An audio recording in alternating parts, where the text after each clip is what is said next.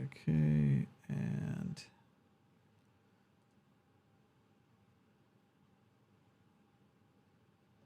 here we go.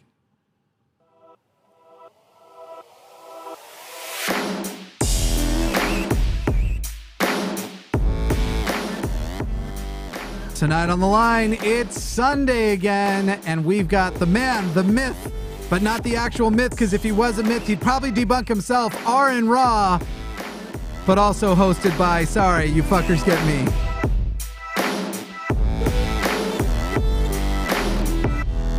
Welcome, welcome. I really thought the music would have been much quieter by now. There it goes.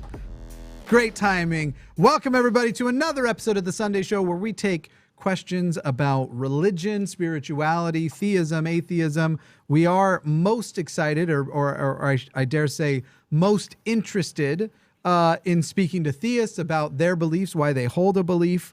That would be the dream here, is to talk with people about things they're either deconstructing or they're straight up rejections of atheism. But first, let me introduce the co-host that I have been doing a series on the weekends with, joining over on his channel to read the Book of Mormon and give what insight I can, or at least make jokes between when the experts that are actually there are speaking. Welcome, Aron Ra, to the Sunday Show. I think this is your first time on with us. It is, and I want to bring up, since you just mentioned that I've had comments on my channel that I needed to find some way of tricking you into doing our Saturday Bible lessons as well.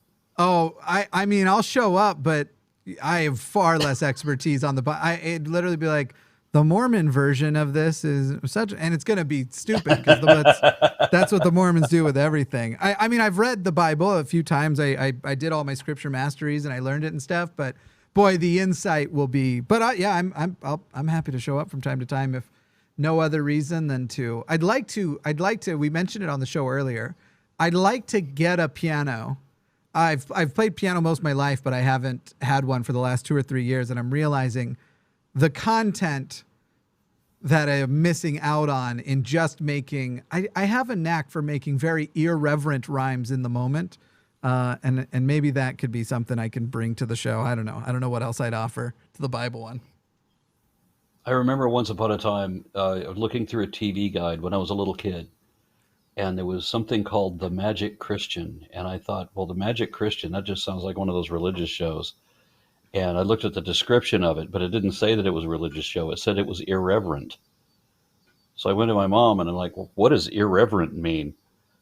And she said, well, it means that they don't respect the Bible. I'm like, the Magic Christian that doesn't respect the Bible? Or is that just what they're complaining about? Is that what this sermon is about? So I didn't watch it for years.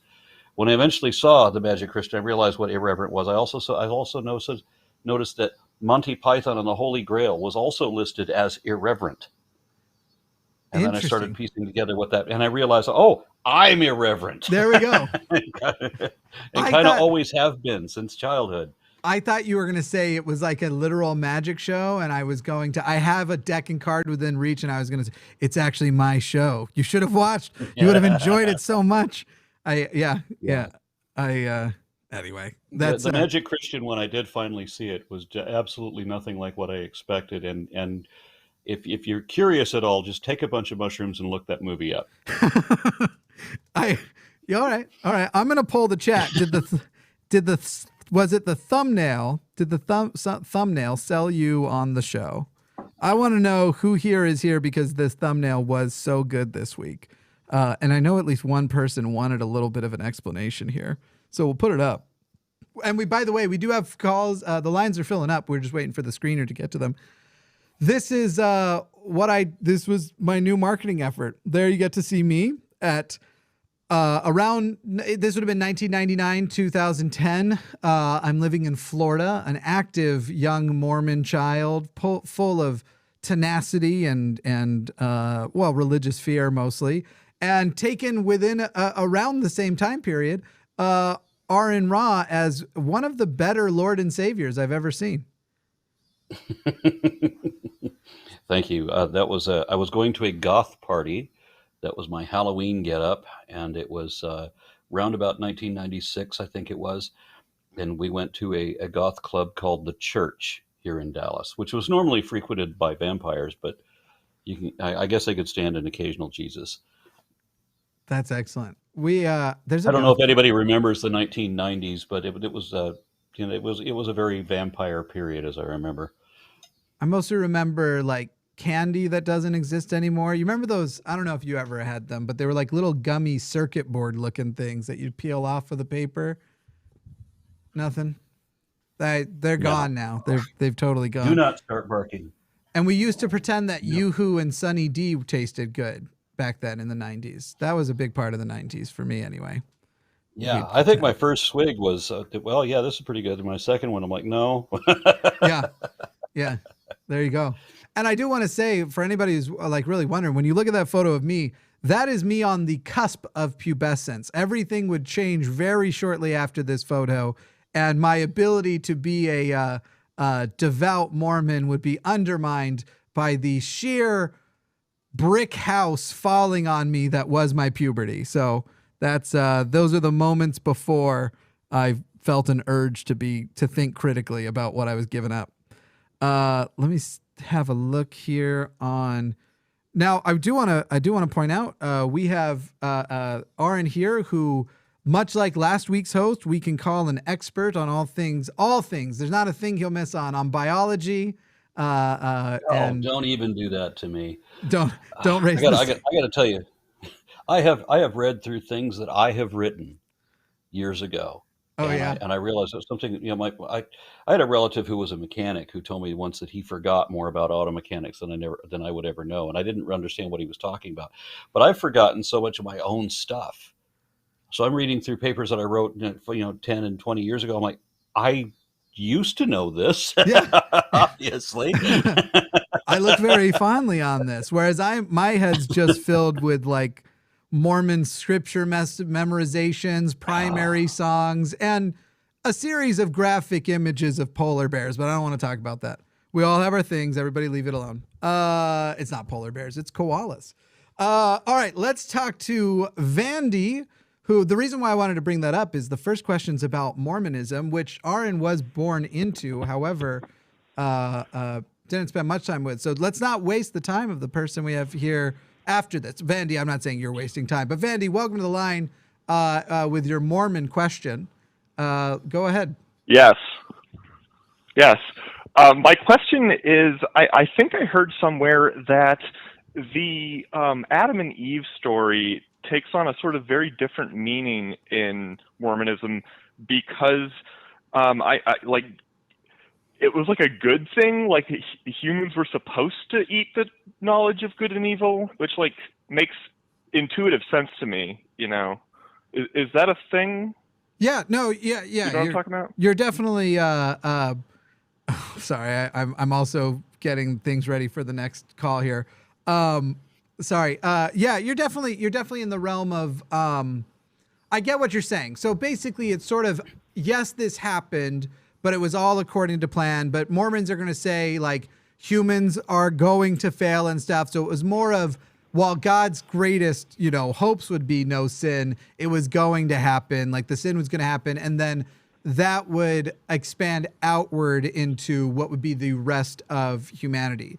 And Mormons sort of have this idea of, we don't believe in original sin. Their second article of faith is, we believe that man must be punished for their own sins and not for Adam's transgressions. That as an individual, it's the choices you make now, but also sort of escaping how it was them eating the fruit that even made it possible that we could make bad choices. So they actually sinned before sin was possible and were tempted before temptation would have existed. It doesn't make a lot of sense. It's sort of in the same logical wheelhouse they have of, you have complete and total agency from God and free will.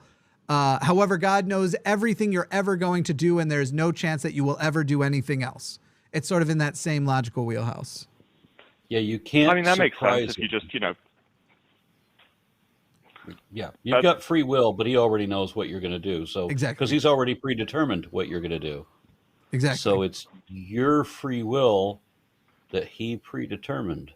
Right, and we chose our families before we came down, but sometimes we Some people picked a lot of kids. I just coincidentally chose a whole bunch of people who look a lot like me. It's frankly insane, especially when I covered this in the series I've been doing covering the primary lessons. They do a lesson with first year kids, like 4 years old, where they ask like, what does your spirit look like? What does your ghost essentially look like? And they hand a kid a hand mirror. Your Patronus? What does your Patronus look like? Yeah, but they hand him a mirror and they say basically, you look like in heaven as a spirit. You'll look like as you are. But that just opens a whole new realm of questions. Is it when you die, it's that version of the spirit? Once again, I want to. We've just brought up the photo here.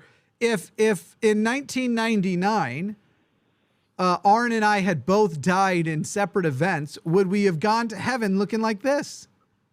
Is that or spirit? Well, yeah, but more white. You'd look a little more white, is my understanding. Certainly whiter. Because yeah. Mormonism is racist. Yeah. Yeah, there's definitely that element to it for sure. I just need to know which one, what would have been. I don't know. It only creates more questions than it answers, and then I get into silly questions like, okay, now you guys want to go with defining all this stuff, and it's a part of your religion that God has a penis, a literal working penis. And clearly I'm going to have questions about, would he have created somebody with a better penis than him? Or does he, as the God, have the best penis in the universe? I just have questions about God's dick. According to George I don't think my God has a bigger dick than your God. Yeah.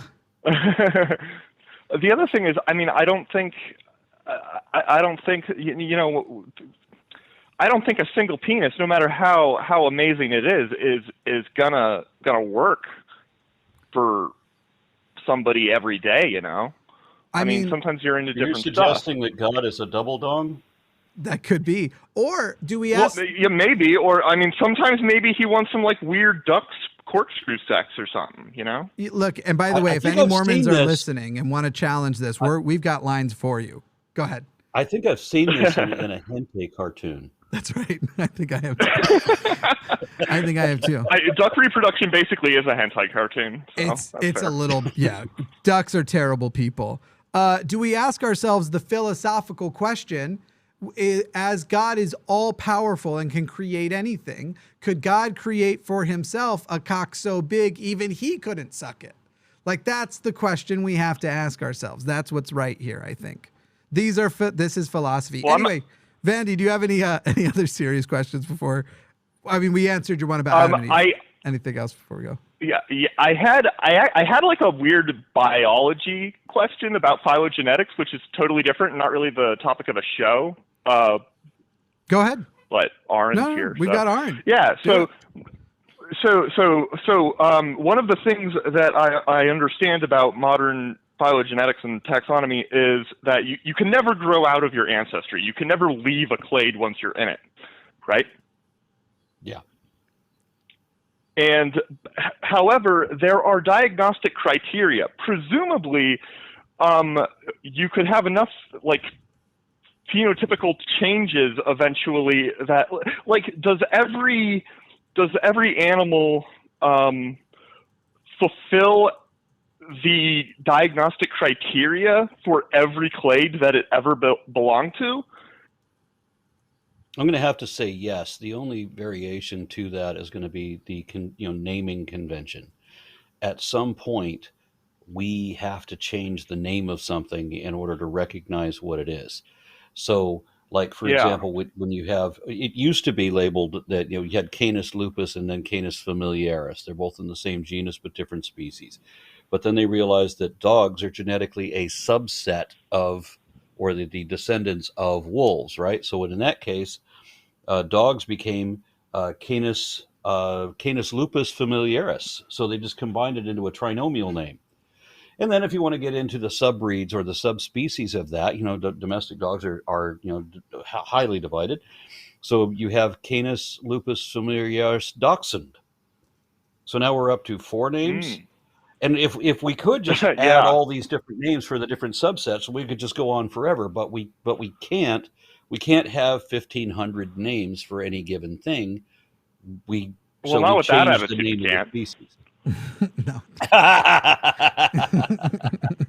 Yeah, Yeah, but I mean, but in But terms like, of fact, like, if we were like go to on. put a UPC code or something on these instead of a name, we would be able to show that in the genetic lineage that is still a subset of everything that it ever was, everything that its ancestors ever was. And one of the arguments that I get from people on that is, well, we used to be single cell organisms. Yes, but single cell and multi-cell are not taxons. Yeah. What I loved about that is how I understood every word. Nobody call me out. No one call me out. Everyone shut up. Vandy, that good for you? Yeah, thanks. Good for me. Good hearing from you, Vandy. I think you're our Vandy, and I hope that's true. So it's good hearing from you. I'm not your Vandy. I'm a different Vandy. There's two Vandys? Weirdly, I am a different Vandy. I am not the mod. Interesting. All right. The pseudo Vandy. Yes, indeed. Which one's the real Vandy? Yeah. How do I know which one? I'm in chat. Yeah, it's a good question. I have a beard, but if I shave some of it, then I'll have a goatee, and then you'll know it's me. I have a beard. If I shaved some of it, you'd realize my mouth looks like it's just placed on my neck. Thank you, Vandy. All right, see ya. I'm only here to try and make Aron laugh for the rest of the night, unless we get some real good calls. But we might be able to, maybe starting here, because I'm very, very interested by some of the screening information. So we're talking to Michael, and Michael's in New York. Now, Michael, we as a sort of normal part of the process here, we have the call screener ask what a person's pronouns are. That way, when people in the chat are talking about that person, they know whether to put he or she or they. And we were given that you don't do pronouns. So would you like to just be referred to as Michael exclusively? No he, no she, no they? I have no interest in it either way. It doesn't matter. Right. Okay, But I think you go to the category. Okay. You have no interest in what? I've got to push. What is it you have no interest in? You have no interest in being correctly identified in chat, or you are a person who maybe has gender fluidity and doesn't want to No. I simply am not I don't subscribe to the wokeism cult. So the pronoun thing is the wokeism cult. Got it. Dog whistle for what the is the wokeism cult? I'd love to hear about what the wokeism cult is too. I want to know what the wokeism cult has to do with trying to take power, and they're going to punish everyone who's conservative and put them under I have to interrupt you. I have to interrupt. Kiwi farms and etc. I have to interrupt you here because you just said we've been told you don't do pronouns, and you've just used the word there. So I'm very, very confused to whom you are referring to, because you don't do pronouns. So and I want to know who they are. Because indeed, who are the people trying to take power? Yeah. I'm sorry. What's the question specifically? Who is the woke cult? I know this is tongue in cheek. So what is the woke cult? I just said. The woke cult is a small fraction of the left with an inordinate amount of power at the moment, who is trying to take oppression and use it as a cudgel of oppression. It has nothing to do with respecting people or anything. What would be the criteria by which we identify if that person is in that cult? So, for example, when I say Michael, I'd like the chat to know whether or not to say in the chat he or she or they, depending on where you identify. And I'm not asking anything more than we do socially for like boats and shit. You know, people are willing to call a boat a she. I bet you're probably in that camp. You maybe have referred to a car as a she before. Were you asking people 25 years ago what their pronouns were? And if not, why not? Oh, I will tell you why not. Because I was 7. Yeah. That's going to be it for me. Yeah, it wasn't a... I was also a child, but I didn't need to ask pronouns, and I think you know what I mean.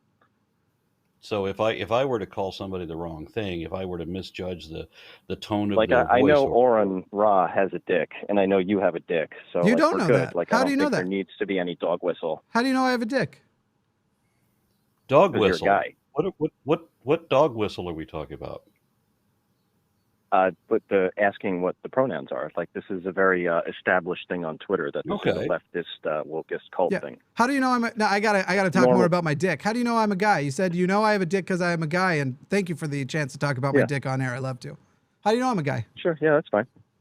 I can tell. Like, there are social cues. There are inflection cues. There's a masculinity to people. There's a femininity to people. Mm-hmm.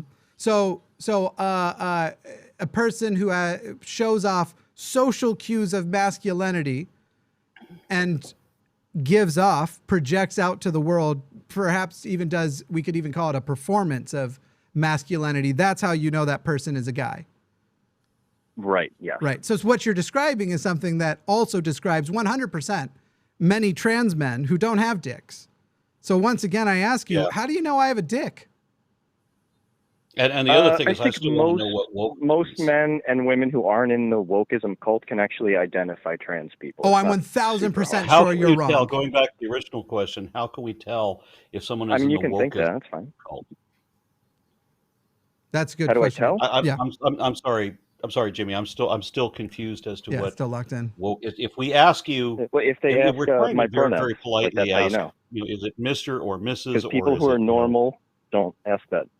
Like, nobody at the grocery store asks me my pronouns, or when we're in a group meeting, no one asks my pronouns unless you're in like a California Apple meeting. Michael, I'm not looking at you. What would I listen, I agree with you that most of the time when you're interacting with a person, usually by their presentation, I'm not a person who runs around and goes at the beginning of any interaction, hey, by the way, later I might talk about you with somebody else, so I need to know your third person pronouns here right now, because generally by presentation you take a guess, and then if you get it wrong, usually people very politely nobody correct gets you. It wrong. What's that? Yeah.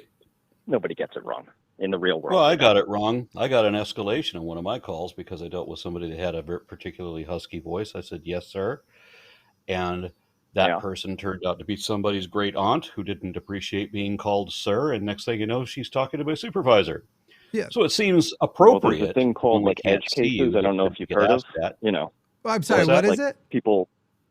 So like people with low IQs or people being like funny will try to talk about like edge cases as if they're the 99%. So you get somebody who's 80 years old who's smoked Newports for 30 years. Yeah. And then they'll come up with a quip like, oh, well, she had a scratchy voice, so I confused her, and think that's like a gotcha as opposed to not knowing what male and female are.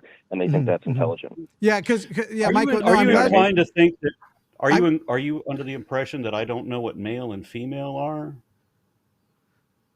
Oh, no, I think you definitely do.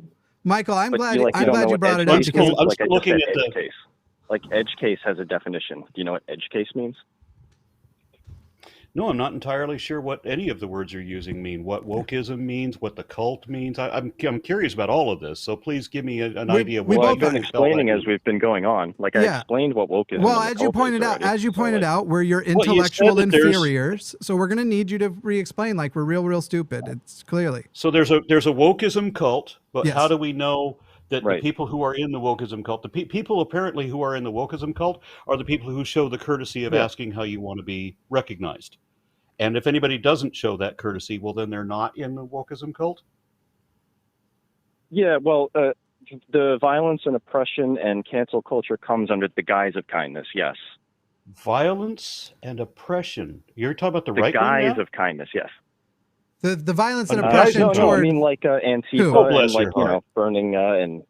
Yeah, no, I mean like, the burning and what Kyle Rittenhouse was like defending when everyone was like burning for millions of dollars and, trashing. Thank goodness you're here to educate us as you mentioned, our low IQs and your intellectual superiority. Tell me where I'm wrong. Tell you where you're wrong? Tell me where I'm wrong. Okay, well, first of all, let's talk about the existence of the woke cult in general. You started with that this is the thing. What is a cult? Oh, that's a good one. Yeah, we'll just break it down. Yeah, what's a cult there, buddy? Michael? What's the word is? Excuse me. You're saying I'm sorry, something I exists. tend to go with definitions. Right. You're saying something exists, and we're asking you to define it, and you go with what the word is. Okay, we could be pedantic fuckers all night long. You're not actually asking honest questions. How am I not? Are we not? You're engaging dishonestly. I sincerely want to know what you think what a cult is, because I have a different definition of cult, and it doesn't include people who show the courtesy of asking your pronouns. Yeah, indeed. I understand what a cult is, and it's very different than what I think you misunderstand what a cult is. So, to excuse my intellectual inferiority. Indeed. Sure. I mean, I'll just give you the dictionary definition. Like, if you already know that, then I would offer that. Okay, go ahead. That's a stupid definition to use, but go ahead. You would like me to give you the dictionary definition? Go ahead. Is that the one you're using? Sure. Yes. Okay, go ahead. I can offer it if you like, but it's the dictionary definition. Yeah, go ahead, offer it. I'm ready. I'm here to be educated by you, Mr. Superior. I mean, you're saying with a smile, you're being sarcastic and dishonest, which I can hear, which is fine. Say, but sarcastic. The dictionary definition would be. I'm not being remotely dishonest at all. No, Aron Ra, I don't believe is. I can hear the other host. He's smiling and smirking and being dishonest. I honestly think you are being grossly misled on your position. I think you're very confused. I think you're bigoted. I think you're going off of a whole lot of false premises. I think we can illustrate that. That's my honest opinion. Sure. Yeah. I believe you. Trust me, I want to get to the guy. The other guy's dishonest. I give a shit. Here's the deal, buddy. You literally called into my show on my channel, and you're complaining that I'm in a woke cult because you are saying it's me. The person who asked, I did not complain you were in a woke cult. Oh, yes, you did. You want me to explain how? If you ask about pronouns, you are. And I did. I think you might be doing that for the courtesy of the chat. Like, you might not be in the woke cult. Michael. Yeah. Not only did I ask you for your pronouns, the person on the line who was screening your call asked for your pronouns because it's my company, my job, my volunteers. I asked them to. And I decided to take the call in this direction first instead of wants to say that Aron Ra is robbing our country of moral framework, because I think you are probably one of these sort of reactionary fucking flirts with fascism because they're so upset about non-existent power and control that they think is being levied over them as they refer to violence. And so you have very directly said I could see that I'm in this quote unquote woke cult. Whether you know it or not. You're not necessarily in the cult. Like, you may just be placating the people who are dangerous and violent, and so you ask those questions. You might not necessarily be in it, but this might be a protection thing for you. Oh, you might be in the cult. I mean, I don't know. Wait a second. Right, I have to ask you a question. Hey, Michael, have you and I interacted on Twitter within the last 48 hours? I was kicked off Twitter like 6 months ago. Okay, I thought you were this guy who was real mad that I suggested Matt Walsh. So I've got some like sane person.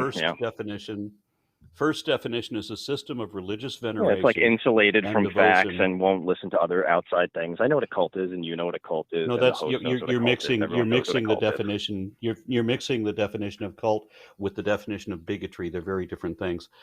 The definition of cult is a system of religious veneration and devotion directed toward a particular figure or object. Is that the definition that you're using? No, I mean, that would include like being Muslim. Oh, I think both. That would include being Christian too, coincidentally. But yeah, I mean, that's just the first definition, which is not the right definition. The definition of a cult has to do with being insulated from outside opinions. Like, you know that. You said you were going to give really us. Know what a cult okay, is. let me look at the second definition. I love Michael here to tell Aron what he knows, by the way. Yeah, a relatively small group of people. Well, Aron's an intelligent guy. I know Aron knows what a cult is. By the way, it's Aron. Yeah, I'm reading it right now. A relatively small group of people having religious beliefs or practices regarded by others as strange or sinister. That's the second definition. And the third and final definition is a misplaced or excessive admiration for a particular person or thing, a cult of personality in this case. None of those have anything to do with being restricted from outside opinions. I mean, if you want me to go online and look through some other... You told us, like, is that Merriam-Webster? Where are you looking Michael, wait, you're telling us we're dishonest when you said to us the dictionary definition, which you know, and then you didn't offer it. You said, I could read it to you, but I'm not, if you need me to. So Aron does the work for you, and then you're saying, no, these aren't. By the way, the definitions I would use, if we're talking about an organization being a cult, I won't use the dictionary definition because it's far too unnuanced for people to jump into. I use the BITE model as defined by Stephen Hassan, who, by the way, that is the problem with the dictionary definition of cult, is it applies to practically everything, except it's almost exclusively religious. I mean, there are some variants, like a misplaced or excessive admiration for a particular thing, but usually it's the previous definitions, both of which are religious. So, and there's no distinction then between a cult and a religion. I love how we're dishonest. I appreciate you looking up the definition. Are you telling me that I couldn't find a definition online where it says that you're insulated from outside opinions as the definition of a cult? I was asking you if you could. Yeah, we literally asked you for your definition because we knew this exact thing would happen. So if you want to direct us to the one, and then we will engage in yours. So, that is a fair point. And you're right. You looked up a definition that was different from mine, which I find weird. And I'm surprised that Aron Ra doesn't agree with me on the insulated from outside opinions thing. Do you not? No, I don't. None of the definitions I've ever seen hold that it should be insulated from outside opinions. Okay, so we're going to although religion, the definition of religion by itself. Yeah, Michael, if you're talking about the definition of religion, that is to a degree insulated from outside opinions because they are very insular. But that's a side effect. That's not part of the definition that you're going to be able to read. And Michael, even with my own stuff, clearly you're familiar with Aron's work and less mine. And I am your intellectual inferior, so be patient with me. But I've done several videos evaluating whether or not an organization, is a cult, with multiple organizations, by the way, breaking it down category by category on the BITE model. And this was something that I did it as an exercise with another YouTuber called Telltale, who had come up with this sort of scale you use to evaluate. So with each point, upon a Fibonacci sequence, you apply a value, and you don't really, until a certain point in the spectrum without a set number, you don't really say something is a cult or isn't until it hits multiple points. So where you ask, would you disagree that it's this thing about insulation from information? First of all, I have no problem. I'm certain that despite the fact that I accept trans identities invalid and think that it is a good socially responsible thing to do to ask people their pronouns, I do too. I have no worry in that that I haven't consumed enough information. I think the amount of information in that category that I've consumed would blow your socks off. But insulated from information would be a single part of one. It's literally the I and BITE model, the information control, and that has subcategories in it. And if it to a substantial degree hit that based on those subcategories, I would say this could be a cult, or maybe even it's so severe it is. But you want to go either with a very myopic definition from a dictionary that when we go then find the dictionary definition, suddenly it almost seemed like you were implying Aron was looking through specific sources that would exclude yours. Maybe you weren't. It sounded like that was implied. And I've told you that as far as from the academic sense, I go with this very much more advanced model, and I'm telling you that's not good enough either.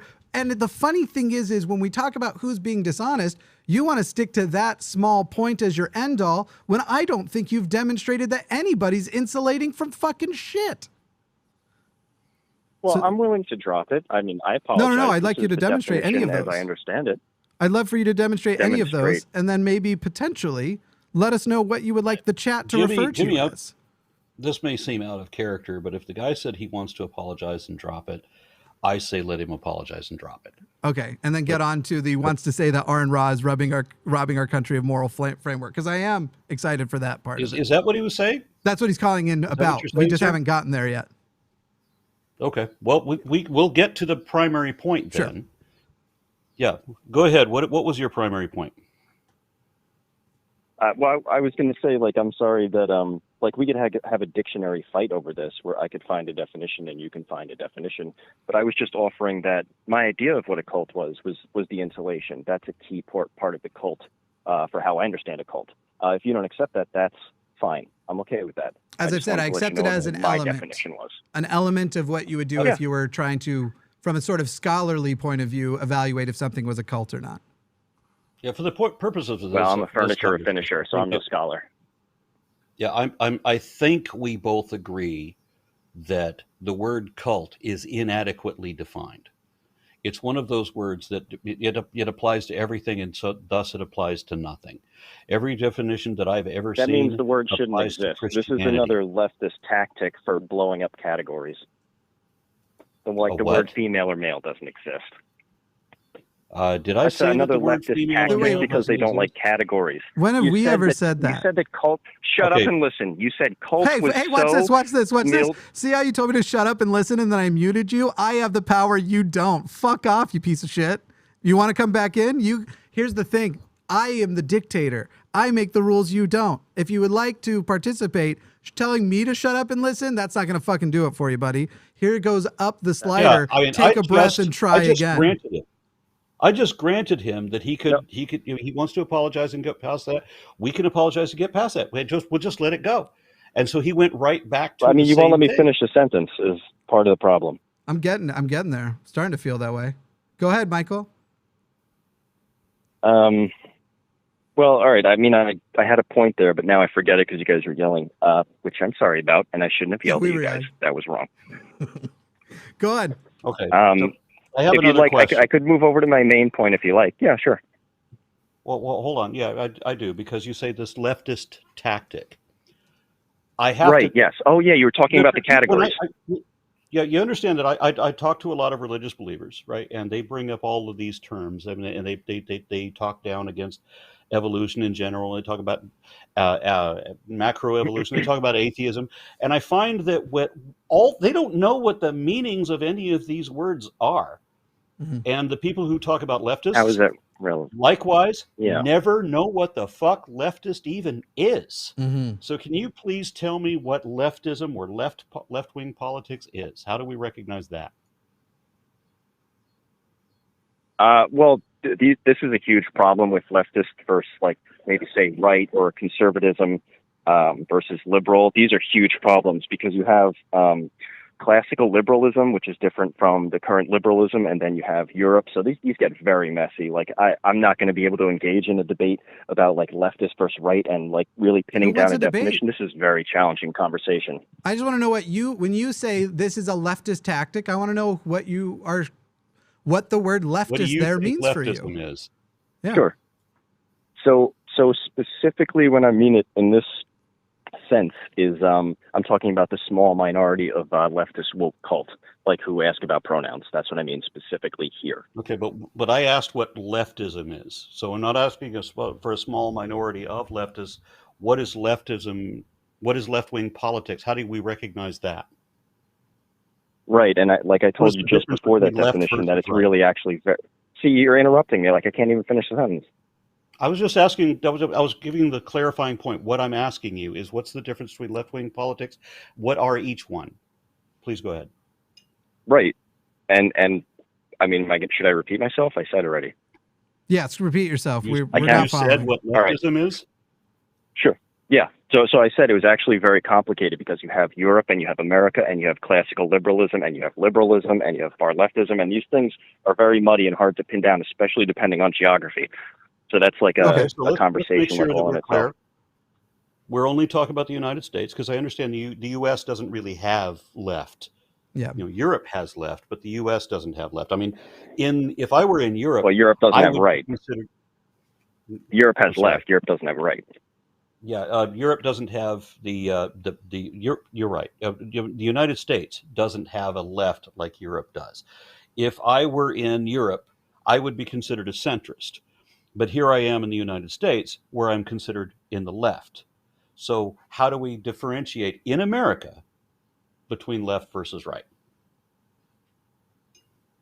I mean, I could give some stereotypes, but there's a whole bunch of gray area, and it really gets messy. So you don't know how to distinguish whether something is right-wing or left-wing? That's not what I said, Aaron. Aaron. Okay. It's Aaron. Yeah. Jesus. I made a point, and he's not addressing it. With this. I mean, I, as someone who identifies as a leftist, of course, I know what I am. I understand why I'm on the left. Well, you understand it's also accurate to say a lot of people who call themselves something might not understand the category, right? Oh, yeah, a lot of people do. Yeah, there's a lot of people who call themselves Christian who aren't. Yeah. They're actually atheists, right? Yeah, don't realize it. I definitely find it very interesting, and perhaps I'd even call it rich that what it sounds like you're telling me when you used a term specifically, and then you said, actually, I mean this very specific small subset of the left, that you broad brushed a term. You used a broad brush term to mean a very small specific group within that term. And I guess I find it a touch rich that you think we're the ones engaging dishonestly, since, by the way, I happen to be a socialist who agrees that something you might call cancel culture exists out there and is an overall negative force with lots of harassment and bullying going on. And I would say that one of the things they do is become entirely reductionist and take these powerful words and represents the loudest people that way, represents extreme thought minorities this way, and they do so to try and demonize a broad group with a small category. And I believe you've just confessed to doing that. Well, also, you have to understand that we're playing nuance here. So when I was talking about you guys as the left, I was specifically referring to this sort of small percentage left that is doing this pronoun thing, this woke extreme left. So I agree with everything you said. Or not, is what I want to know. Are you asking for my assumptions?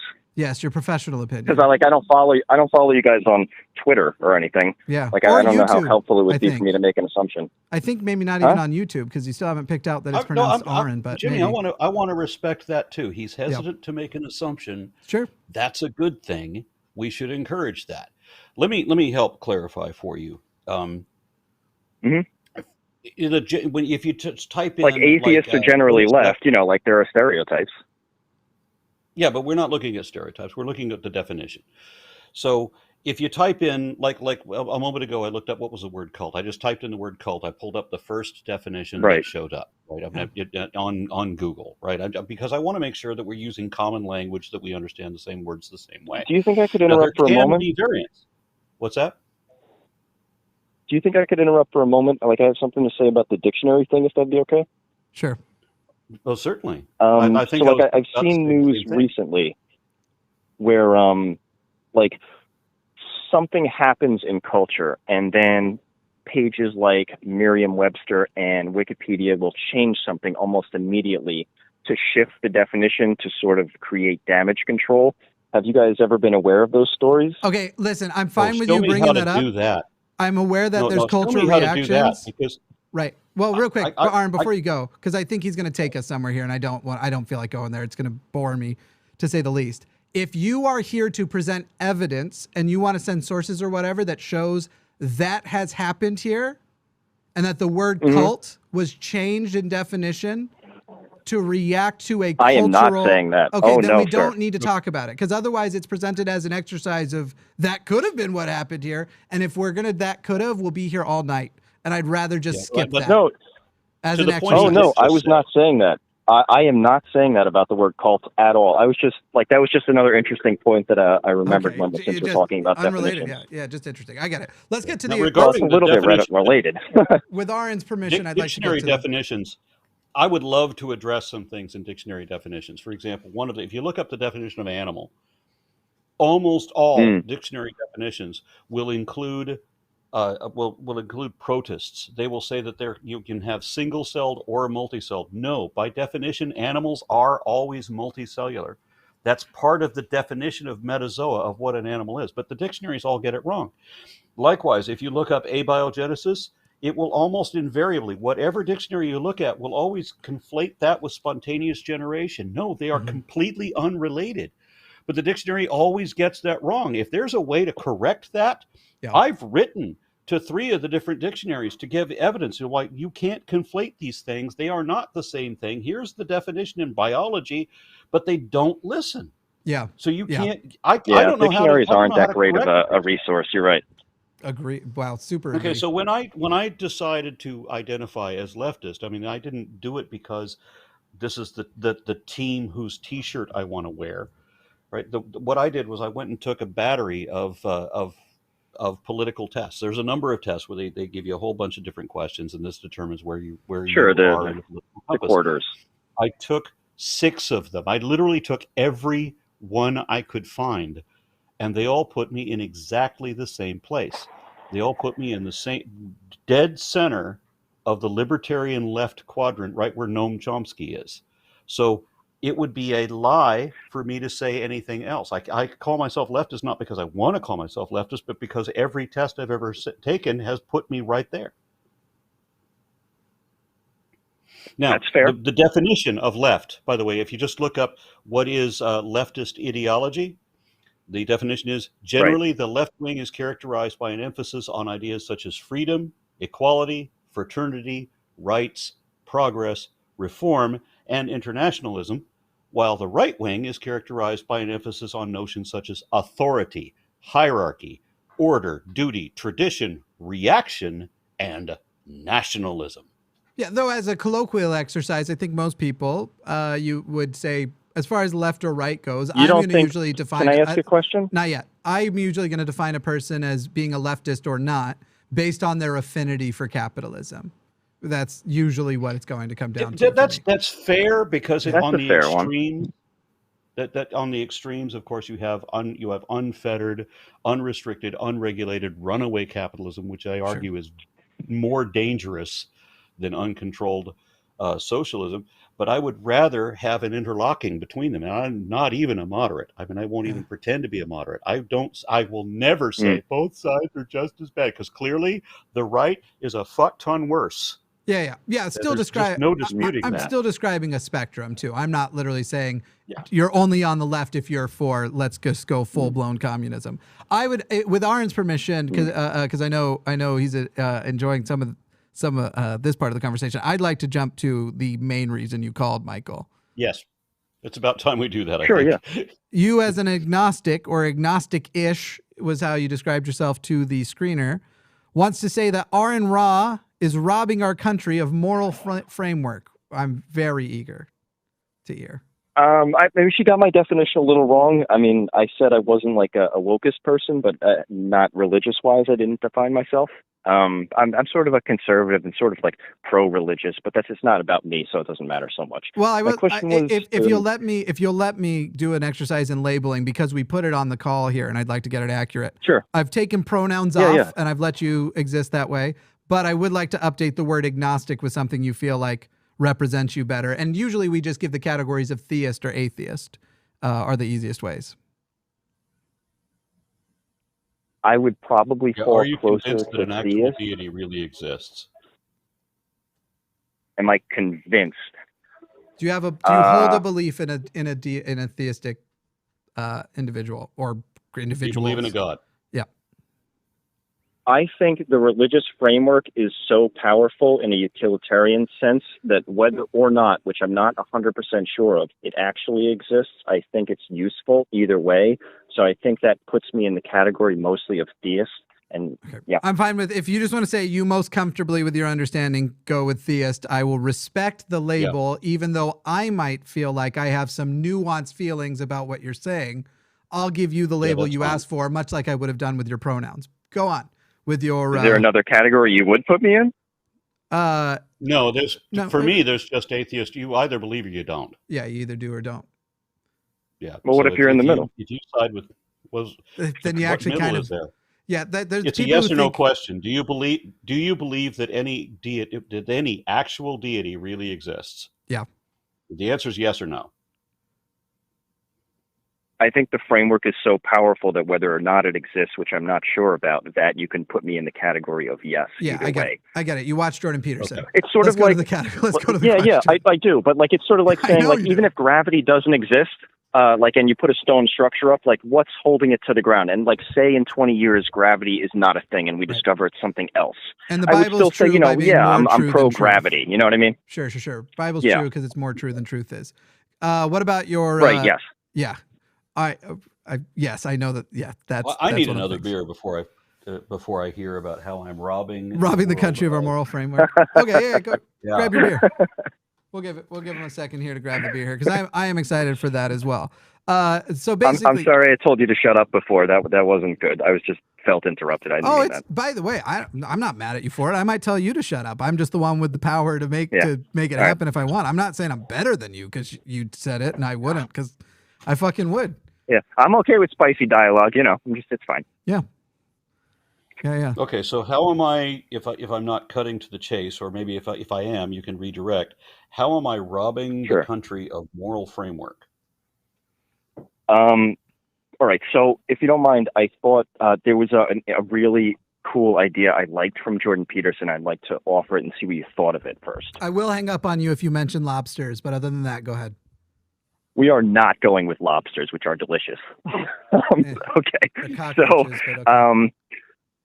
So, like if you if you find out your wife is cheating on you, or if a loved one dies, or you have your arm broken off in a car accident, and you would say something like, holy fuck, oh my God, or you're having an orgasm and you go, oh my God, and these sorts of things, do you think appropriate language for those sorts of scenarios, when you go to the limit of experience, religious language is sort of appropriate in that sense? No, I would absolutely say no. This is something that honestly frustrates me about myself. There was a time when my kids were really little, if I were like a drop of brick on my bare foot on my toe, because that happened, and my kids are really little, I don't want to say the things that normally come up. We're culturally conditioned. Yeah. I live north of the U.S. Mexican border. Yeah, but why are we culturally conditioned is the next question. We're socialized to be so. Yeah, if I drop a brick on my toe, my side would argue that's because the religious language explains it the best. No. My argument is if I'm north of the U.S. Mexican border and I drop a rock on my toe, I'm going to say ow. But if I grew up south of that border, I'm going to say I. Right. My response wouldn't be that it explains it the best. I would say your argument is totally not on fleek, which is also a social colloquialism that I want to bore my eyes out for having learned. It's so what I did. Well, saying "ow" is not really explanatory enough. Well, like you understand that you're cheating there, right? I managed to condition myself when my kids were really little to say duckies and bunnies. When I hurt myself, I really did do that for a number of years until they were old enough that I no longer had to follow that conditioning. But I really did condition myself to say duckies and bunnies if I hurt myself. However, one thing that I've never managed to correct in myself, and I lament this, it bothers me that when I get frustrated, I still say God damn it, because that didn't make sense even when I believed in a God. It makes even less sense now. So why the hell would I ever have said that? No, it doesn't. But I was culturally conditioned to do that. This is what everybody around me says when they get frustrated and angry.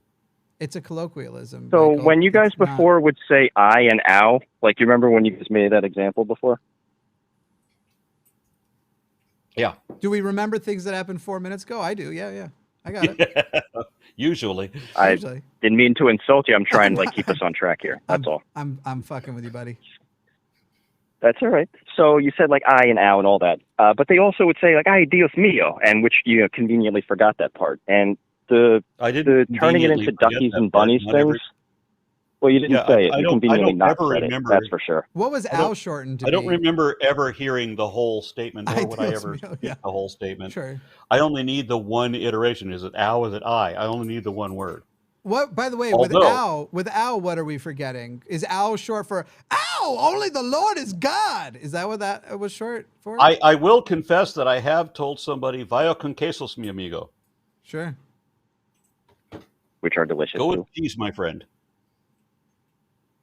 So my only point with that was that once you get to the limit of experiences, that we tend to use religious language, which I think you guys are being a little dishonest with the ow I thing instead of ay Dios mío, and which people definitely say.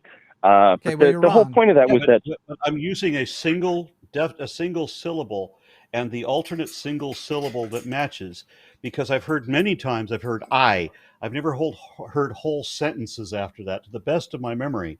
So I don't really like being accused of being dishonest, because I'm not. Yeah, I also am not convinced, Michael, that just because you've connected ay Dios mío, maybe you're right, but your assertion here is the first time I've ever heard that I is short for ay Dios mío. So I don't even accept your assertion. I'm not asserting that.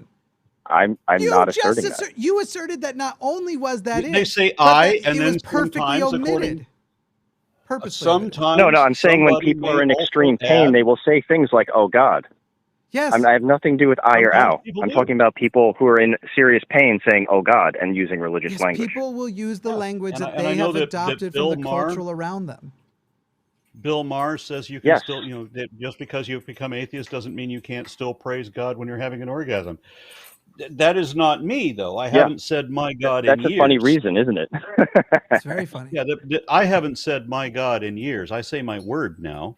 It's another thing I've created. Well, you've conditioned yourself because, yes, exactly. But the one thing I failed from that, to do, which we are socially conditioned around. And by the way, growing up in extremely religious places, I got to tell you, the people who were spreading such a thing were the people who were religious. So this isn't an atheist conspiracy either, nor would Aron or I think that our job is done when people stop saying Jesus Christ as they take their deep breaths after coming. Yeah, I mean, cereal's not a conspiracy either. It's in every house because it tastes good and that serves a function. So it's not very interesting. And it's culturally, locally, if we can, because we're an hour into the show already, and I still haven't learned how I'm depriving the country of its moral whatever. Yeah. Well, I mean, you're taking away this foundational support and you're not offering anything in return. I imagine you're going to say, like, I'm offering humanism, which is just one step back and more ignorant from a religious framework. That's hilarious. Humanism is more ignorant than religion? Yeah. What was the method? Humanism is more ignorant than Christianity? Give us 1/10. Right, yeah. It's like a pound of dough instead of a loaf of bread.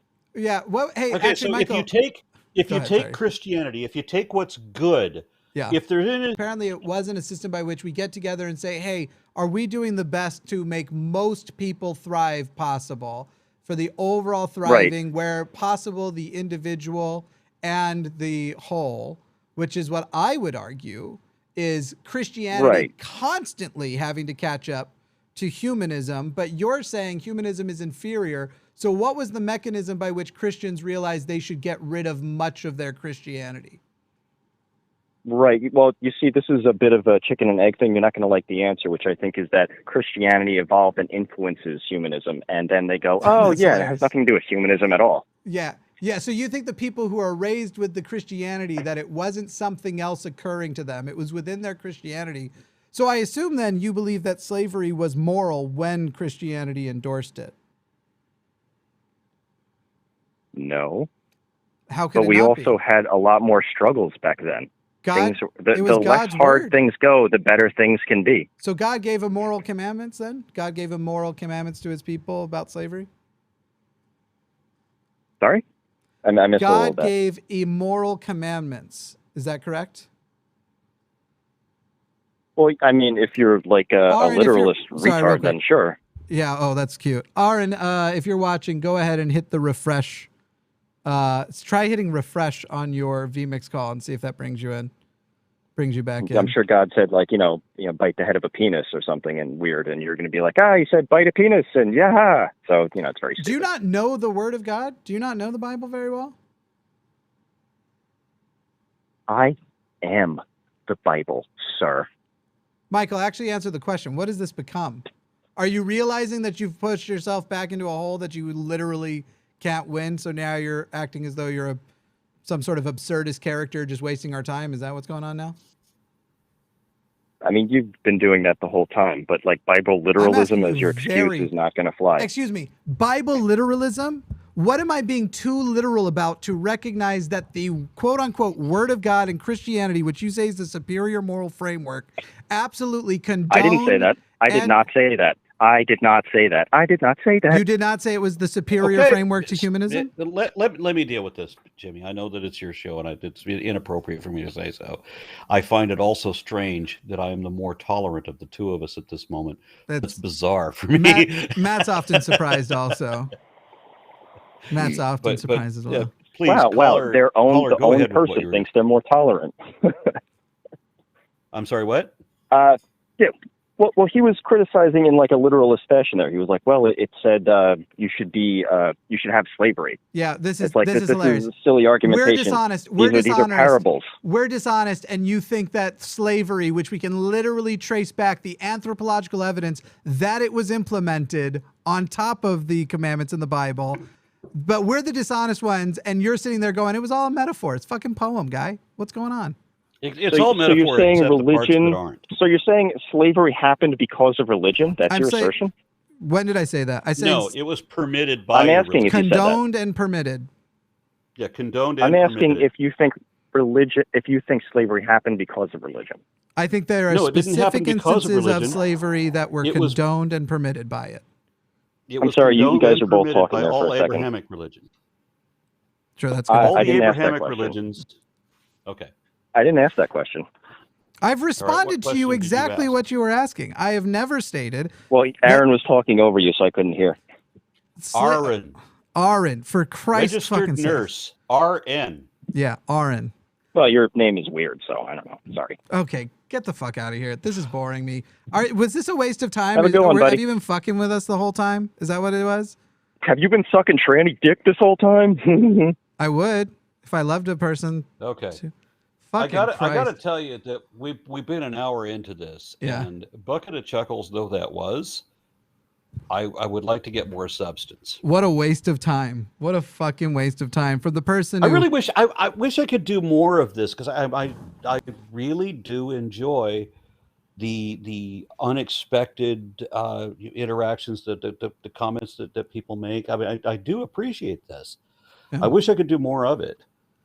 Aron, I've got nothing to do pretty much every day, so you know. I mean, the call-in system costs something, so we'd have to pay for that. But other than that, let's talk to Mr. Christianity. I'm hoping we can get something substantial and not a person who's just pedantic. Christianity. Yes. This is America's best Christian.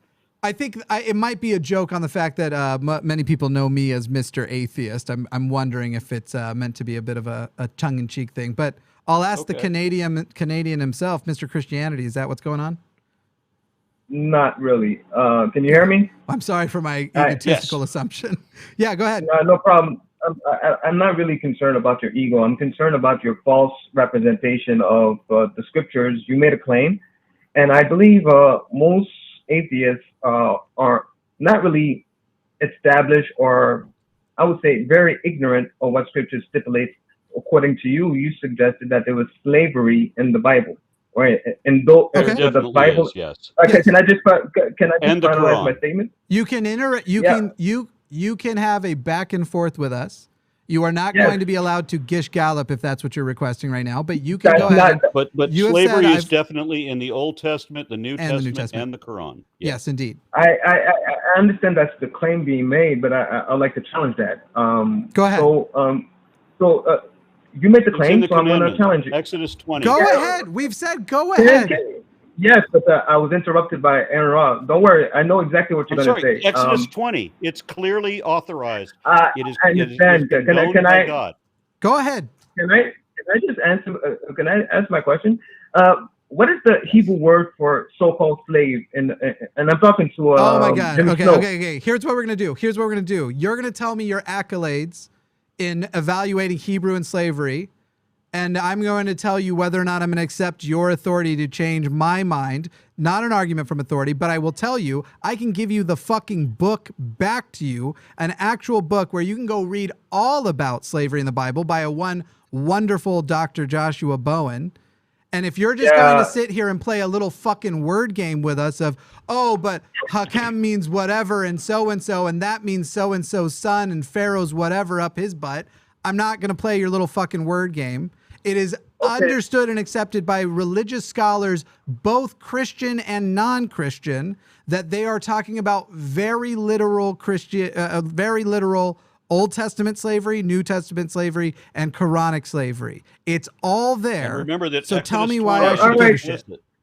Wait. So am I understanding that you are not able to argue for yourself and that you're depending on Dr. Joshua Bowen, which I refuted? That's definitely what I just said. Hey, maybe listen to what you've refuted. Mr. Christianity. Who I refuted? I refuted? You've not refuted shit. You've asserted bullshit and went with, do you know what the Jewish word for slave is? I didn't even argue. Joshua Bowen, I didn't even make an argument. Joshua Bowen is a peer-reviewed Assyriologist. Yeah. So where is your peer-reviewed refutation? Can you put that link in the chat? Give me your book. No. And I'll read it. Wait. I had a face-to-face conversation with him, exposing him. So that's you had a face-to-face. Face-to-face. So is there a recording of this? Oops, I don't know what happened. We lost the call. I'm not going to waste my time. I know who that is now, and I'm not going to waste my time on him. Let's see. I love when people say that they've disproved something, and when they say they disproved it, they mean they disagree with it. Yeah. And that's it. And they disagree with it because they're willfully ignorant. They've never disproved shit. They don't even know how to. I also already know how much time I need to give to an argument that starts with, do you know what the Jewish word for Hebrew word for blank is? I've done those arguments, the person performing them 20 years ago as a Mormon, and I truly, truly could not waste my time or anybody else's. But anyway, we're going to talk to another theist. A lot of theist calls today. This one I expect to go much more pleasantly. This is a person who I believe engages very honestly, even where we disagree. So we are staying in Canada, and we are talking to Jasmine, who is a theist from Canada and wants to talk about reasons for deconversion. Yeah, that's pretty much it. I mean, that's what I'd like to talk about. You guys both say it's better for you both to be atheists, and I'm wondering why you both take that position. I don't care if it's better for me. To not believe. I think it's better to not make believe impossible nonsense for no good reason. Yes. I mean, for me, it's not a matter of better if you're talking about a subjective source of better. I remember when you brought up like different studies you had pulled up that you believed theists lived longer, potentially lived longer and the like. Let's say that's true. Yeah. Yeah, let's say that's true. Let's say that for theists, whatever, we know that belief in religiosity, regardless what religion it is, so it doesn't matter what truth is, right? You can be Christian, you can be Jewish, you can be Hindu, you can be Muslim, whatever. It doesn't matter what God you worship. But religiosity, it incites the same production of endorphins that taking narcotics would do. So even if that's true, that religious people are happier, or that religious people live longer, even if we want to give that, if it's not actually true, then I don't want to be fooled into believing it.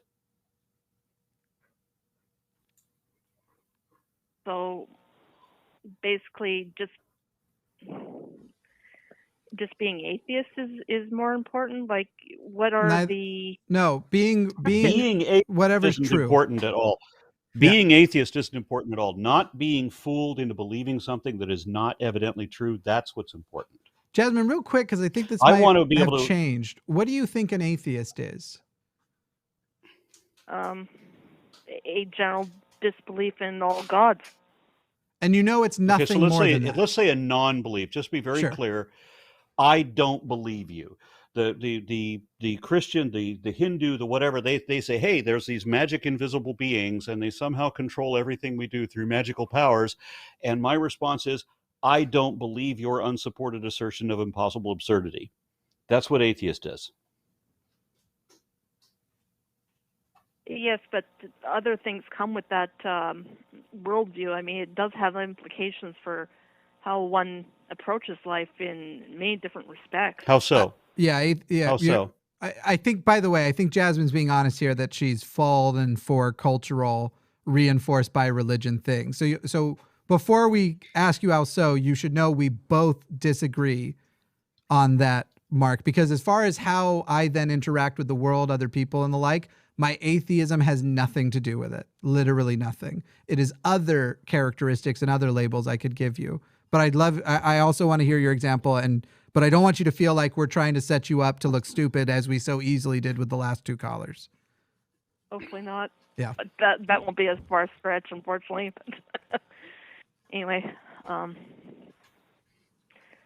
will give all kinds of patience to people that I think are sincere. Yeah, and we've talked to Jasmine before. So the question to you, Jasmine, is how? What are the greater implications of atheism on your worldview? Mine? No, on ours. On ours. Or any, in reality. We could say anybody. I don't stretch that out. You both seem very active in activism, and again, atheism does seem associated with the left, even though obviously there are few that are right-leaning. Right, but you understand I'm not on the left because of my atheism. I'm on the left and I'm an atheist. You do understand they aren't, one didn't decide the other. No, I mean, it's not causal, but there are links to all these. I'm just trying to understand. What's the link? the links and all the implications of being atheist versus theist, and my the own implications. The implications of not wanting to make believe things that are not evidently true. Yeah, I think what you're doing is you're reversing the order on some things, Jasmine, because what I'm going to tell you is my position as an activist as a trans ally, for example, or myself being a queer man, being a queer activist, my activism or my position on the left and my position of being an atheist, it wasn't I was an atheist and that made me all of those things. It's all four of those were a result of implementing skepticism.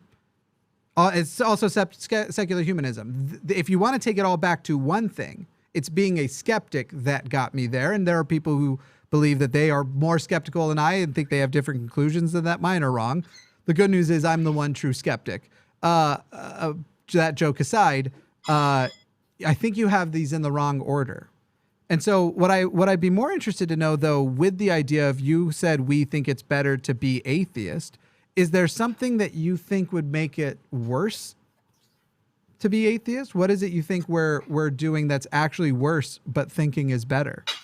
Well, I don't know. For me, it just I'm not a big fan of the fuck your feelings crowd, but for me, it just feels hollow. And you think that, and you're associating that with atheism, right? The fuck your feelings crowd? Sometimes, yes. Right, because you do understand. Yes, guys are. You do understand the most famous form of that quote is "Facts don't care about your feelings," and that's by Ben Shapiro.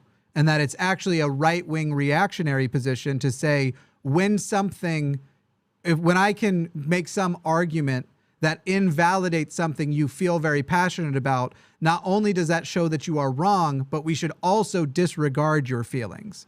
In other words, if I as an atheist were to try and implement something like that in fighting religion, I would be saying simultaneously, your religion is wrong, therefore your feelings no longer matter, which is, of course, not the thing I advocate for. I advocate for therapy and a great many things to help a person with the emotional roller coaster that comes from leaving religion. So am I understanding that yet again we get a quote from a right-wing Christian to poorly paint the left-wing atheist? Well, Ben Shapiro is a Jew, but he definitely stands up for Christianity. Yeah. Yeah, certainly. Certainly.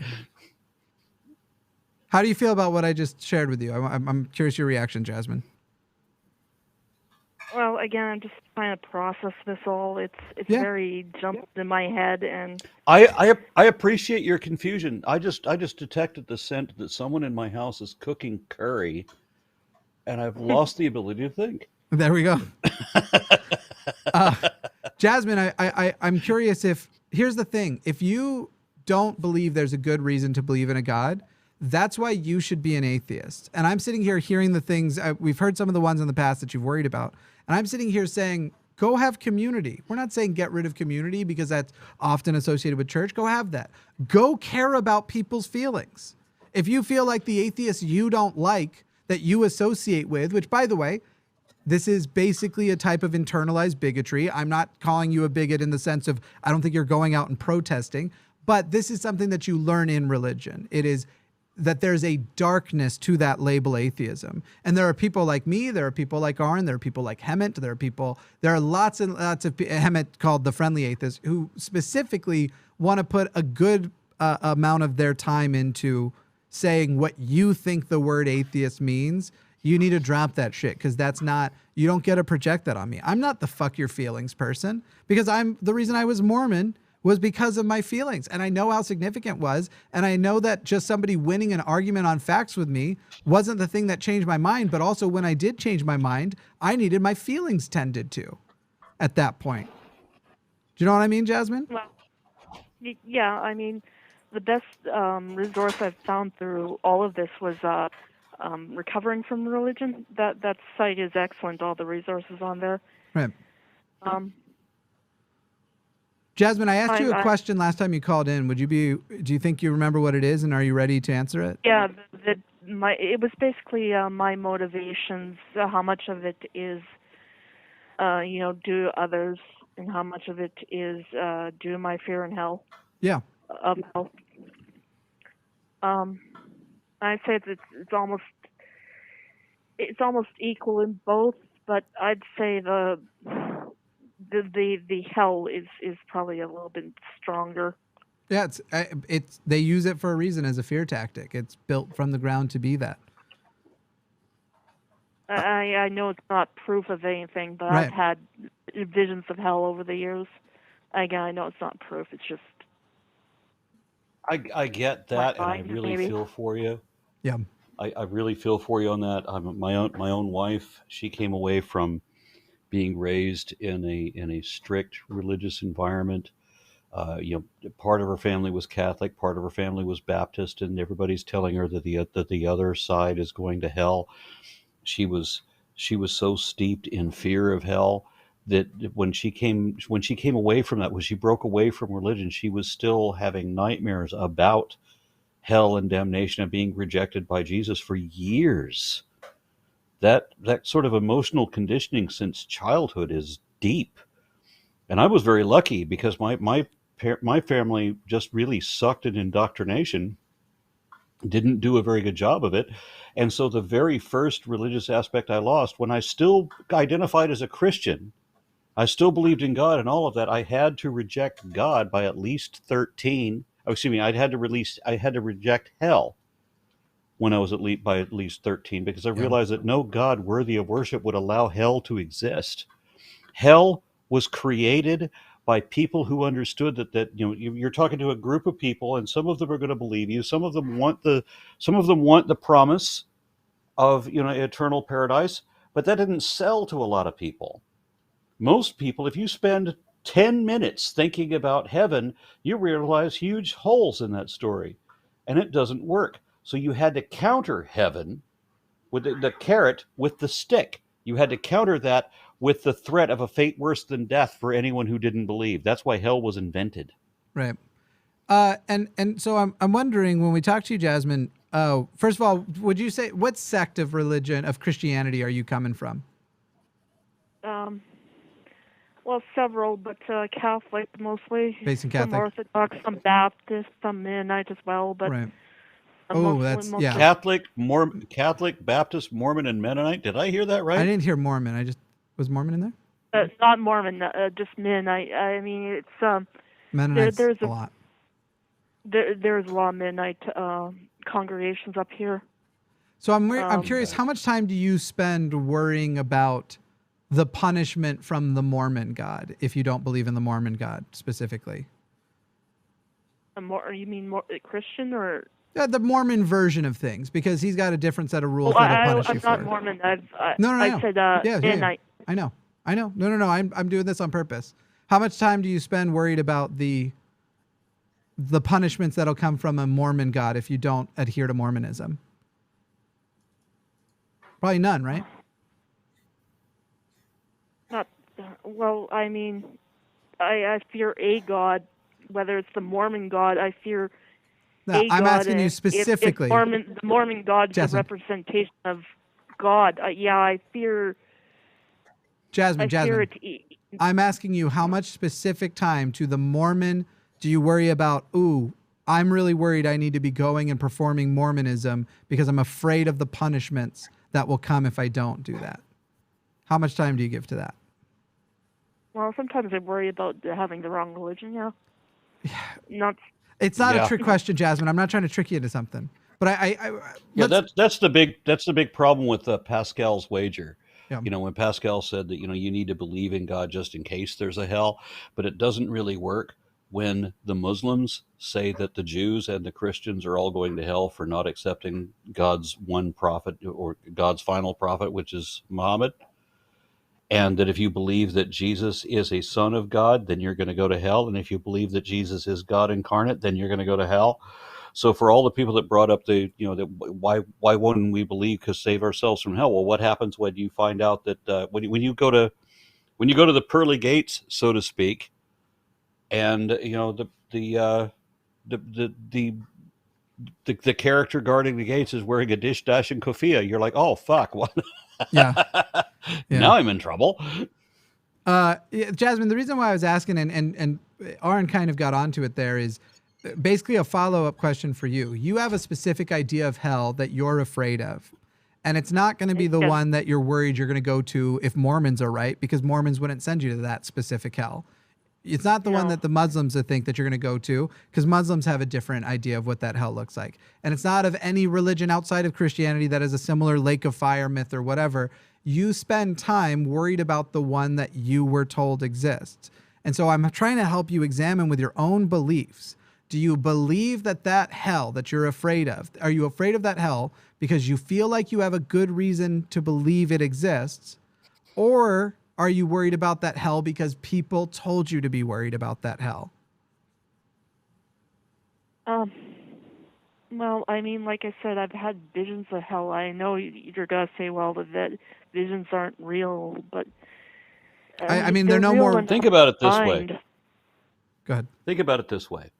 If God is 1/10 of the wisdom and love and grace and all of that he's supposed to be, could God allow people to be banished to hell?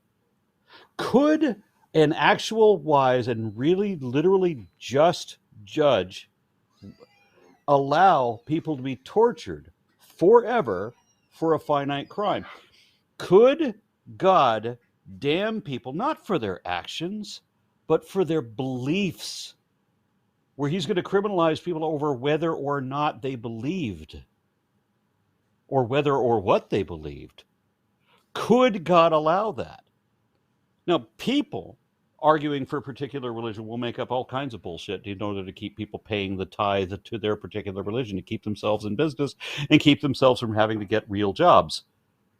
But a God literally would not give a damn whether you believed in him or not. And he would know that if you don't believe in him, that it's his fault that you don't. I mean, yeah, it doesn't make sense when you think about it logically, but I don't know. Religion's not about logic. There's just a lot of circular thinking, and it just comes back to what if. Yeah, you've got it. It's completely circular. It's not logical at all.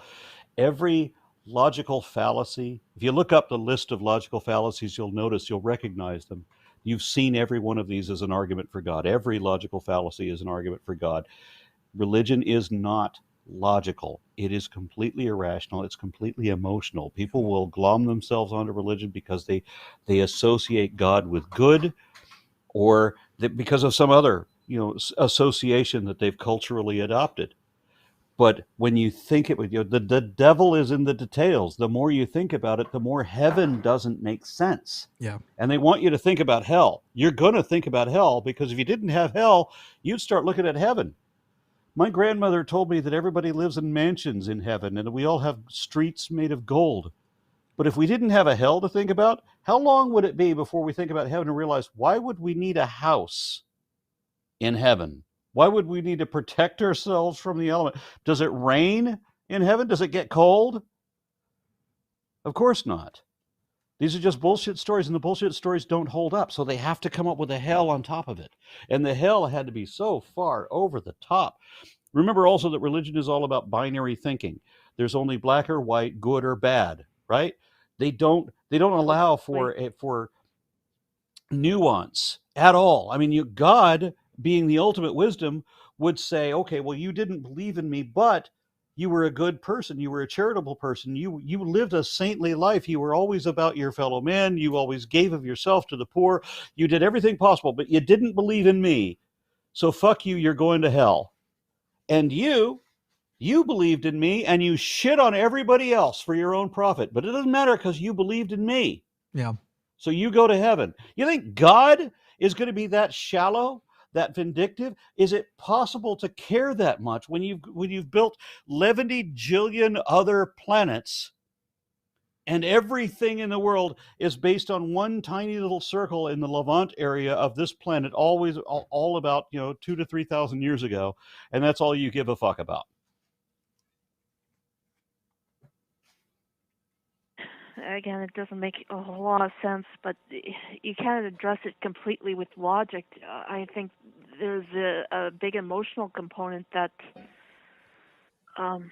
Do you recognize that the emotional component doesn't make it true, Jasmine? Yeah, I understand what you're saying, and you're right. There's a huge emotional thing. You remember the movie Love Actually? Everybody remember that movie? You watch that movie. There's people who like that movie for emotional reasons. You can't like that movie for rational reasons because that's a stupid movie. Everything that happens in that movie is stupid. Wouldn't happen in real life. But people like it on an emotional level. That's much the same way with religion. Jasmine, I want to examine one more thing with you before we go, and because we got one more call to do before we call it a day, and we're pushing up against the end of the show. You've said you've had visions of hell, and afterwards you asserted that we would say they're not real. So rather than me tell you that they're not real, why don't you tell me why you think they are? Maybe describe the vision of hell and what makes you think it's actually a vision of hell you had and not an imagination, a dream, whatever. Well, the vision of hell I have typically is just it's sort of similar to Dante's, like I think it's the 8th level, where everything's frozen in tears, that we're just imprisoned in our own bad states to think about those bad states forever. When did you learn about Dante's 8th level?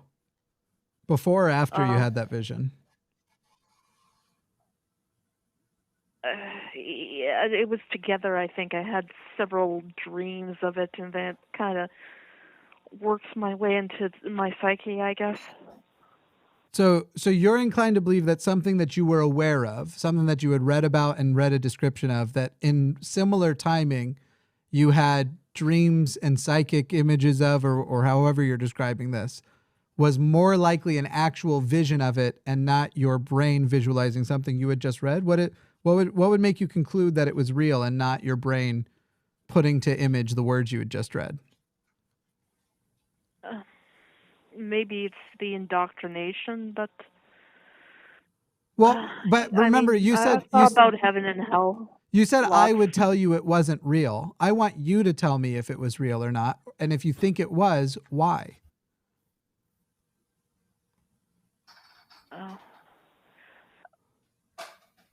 Because I see myself there sometimes. I don't know. I feel like you feel like I came from Christianity background, so you feel like you're a broken sinner.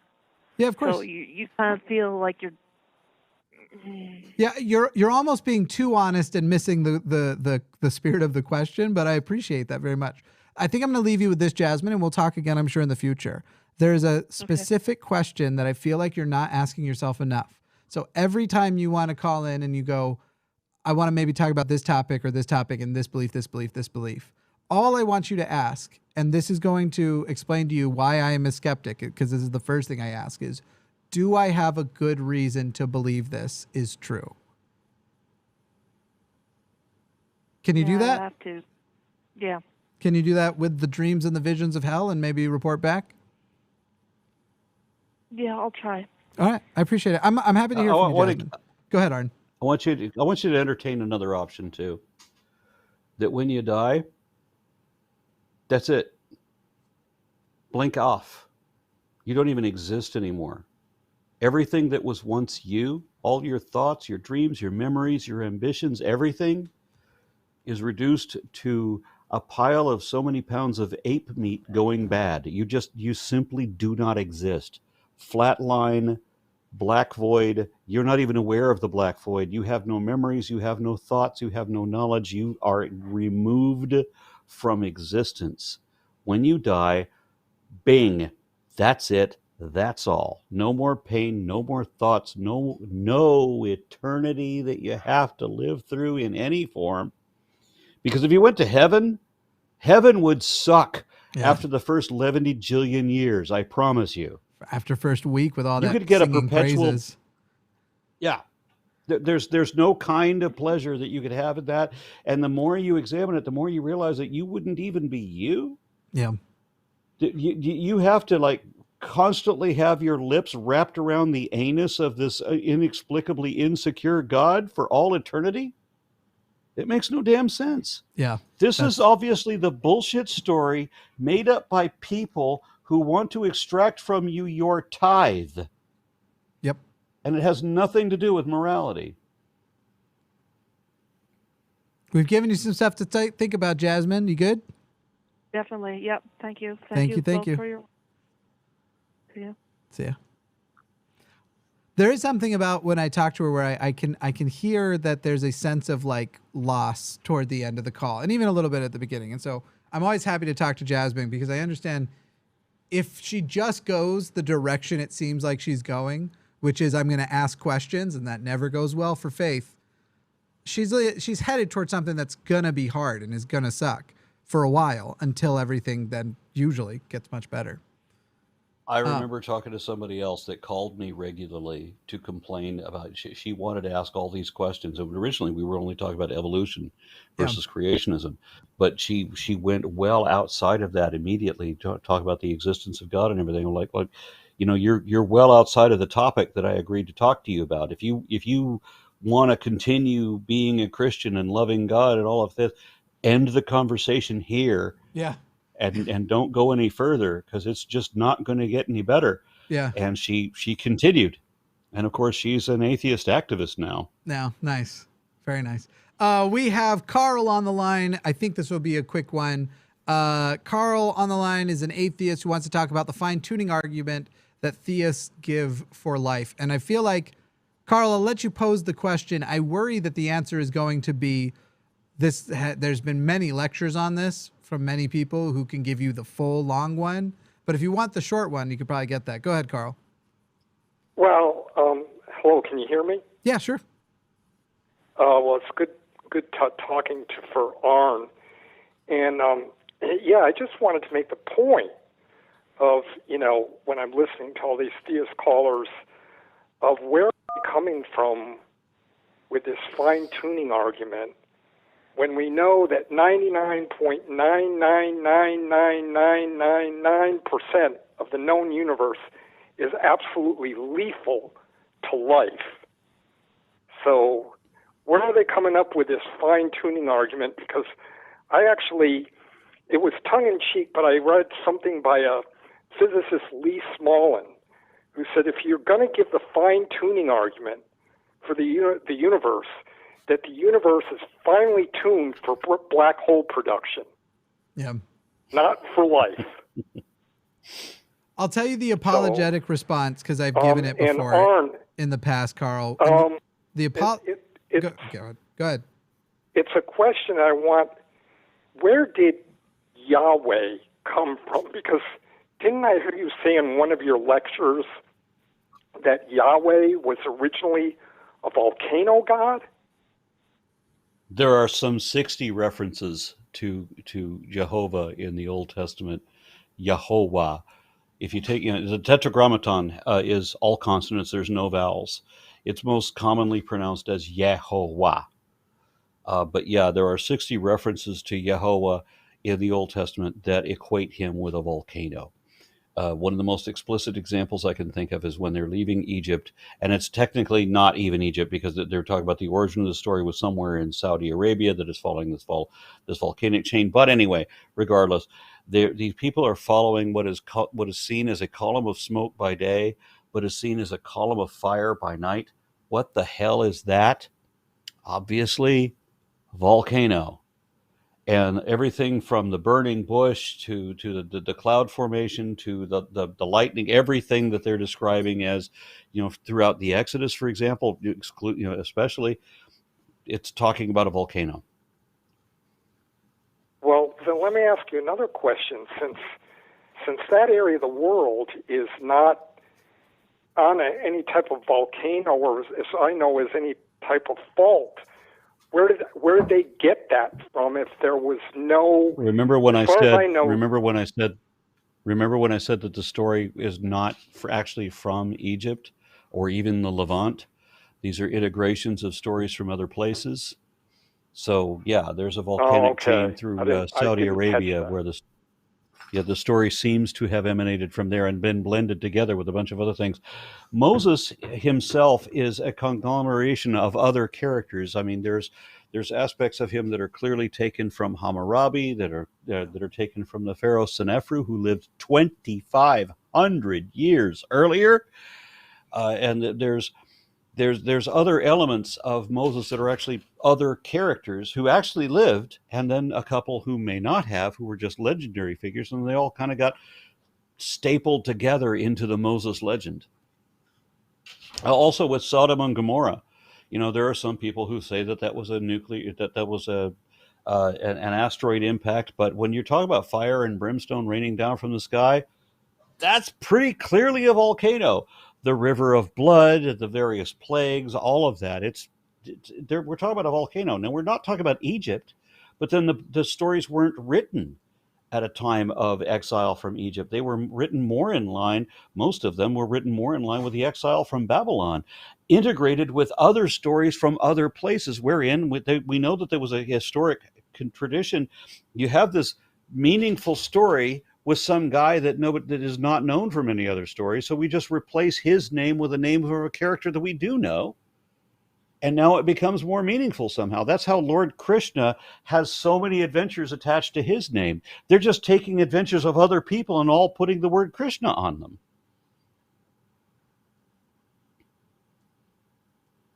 Well, thank you very much for that information. It was good to talk to you, and that's all the point I wanted to make is that when you had a bunch of